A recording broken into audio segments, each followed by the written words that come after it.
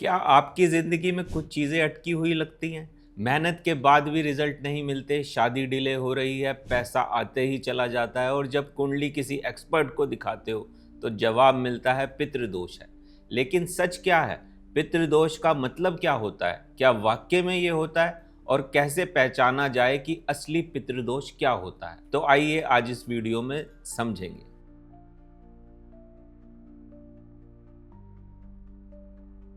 अक्सर लोग पितृदोष को कोई भयानक सा रोग समझ लेते हैं। कुछ लोग तो कह देते हैं कि किसी ने कुछ करा दिया है या घर पे कोई प्रेत बाधा है, लेकिन सब गलत फहमियां हैं। पितृदोष एक स्पिरिचुअल और कार्मिक कंसेप्ट है और इसका प्रॉपर एस्ट्रोलॉजिकल लॉजिक होता है। कुंडली में कुछ स्पेसिफिक प्लेसमेंट्स होती हैं जिससे ये दोष बन जाता है।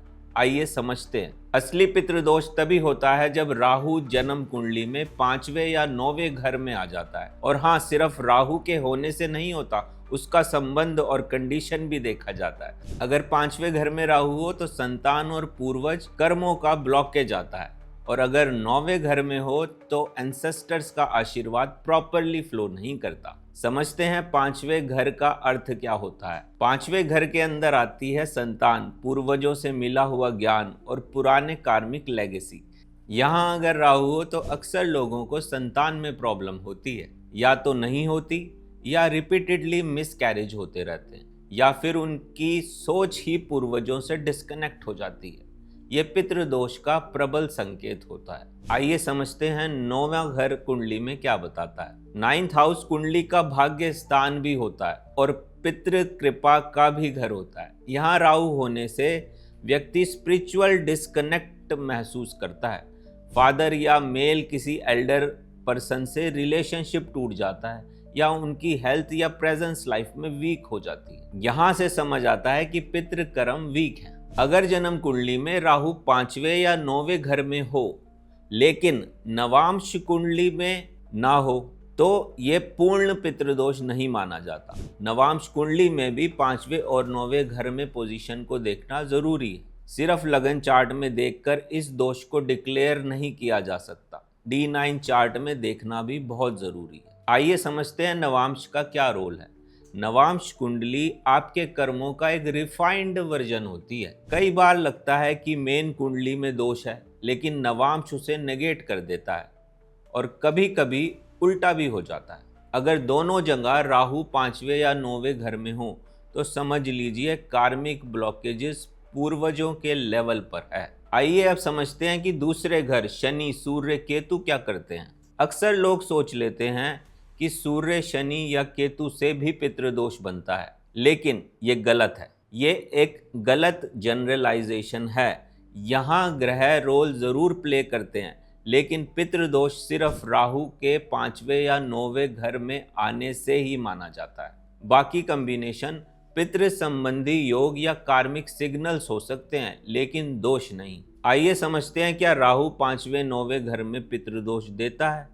इम्पॉर्टेंट बात यह है कि सिर्फ राहु 5वें या 9वें घर में हो तो भी हर केस में पितृदोष नहीं बोला जा सकता। उसका संबंध ग्रह दृष्टि, नक्षत्र, उपनक्षत्र और दशा से भी होता है। अगर राहु बेनिफिक इन्फ्लुएंसेस में हो तो इम्पैक्ट माइल्ड हो जाता है, और शायद दोष एक्टिव ही ना हो। आइए अब जाने कि लक्षण क्या होते हैं, कैसे पहचाने कि पितृदोष है। पितृदोष होने पर लोगों को अक्सर ये प्रॉब्लम्स होती हैं। सपनों में पूर्वज या अनजान चेहरे दिखने लगते हैं।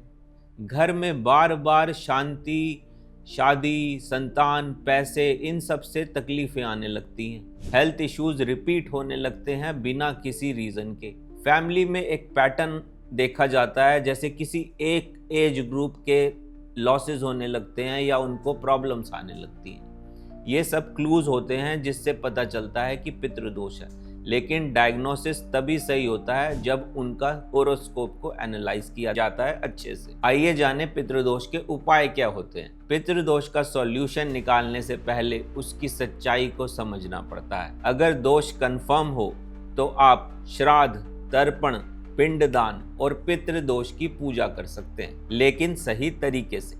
श्राद्ध और तर्पण का क्या महत्व होता है। अमावस्या, पितृपक्ष और गया में किए गए श्राद्ध कर्म या सिर्फ क्रिया नहीं होती, ये एक आत्मिक प्रोसेस होता है। जब किसी पूर्वज की आत्मा अनसेटिस्फाइड हो जाती है तो उनका ब्लेसिंग लाइफ में फ्रीली फ्लो नहीं करता। श्राद्ध से वो ब्लॉकेज खुल जाता है। अपने जीवन में सुधार कैसे करें, आइए इसको समझते हैं। पितृदोष कोई पनिशमेंट नहीं है, ये सिर्फ एक रिमाइंडर है कि आप रूट से जुड़े। जब आप पूर्वजों का सम्मान करते हैं तो आशीर्वाद के रूप में आपको पॉजिटिवली वापस आती है उनकी ब्लेसिंग्स। लाइफ में प्रॉब्लम सॉल्व होने लगती हैं।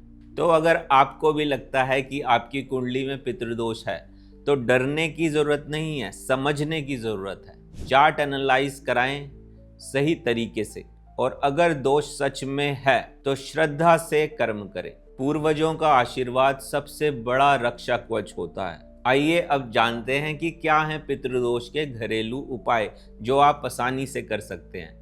जिन लोगों के लिए पिंडदान या गया यात्रा करना संभव नहीं होता, वो कुछ सरल और सच्चे मन से किए गए घरेलू उपाय से भी लाभ उठा सकते हैं, जो पूर्वजों को शांति और आपको सुख और प्रोग्रेस दे सकते हैं। पहला उपाय क्या कर सकते हैं, हर अमावस्या को एक देसी घी या तिल के तेल का दीपक जगाएं और तुलसी के पास रख दें और घर की उत्तर दिशा में रख दें, और उस समय मन से बोलें, मेरे सभी पूर्वज जहाँ भी हों उनको मेरा नमन है।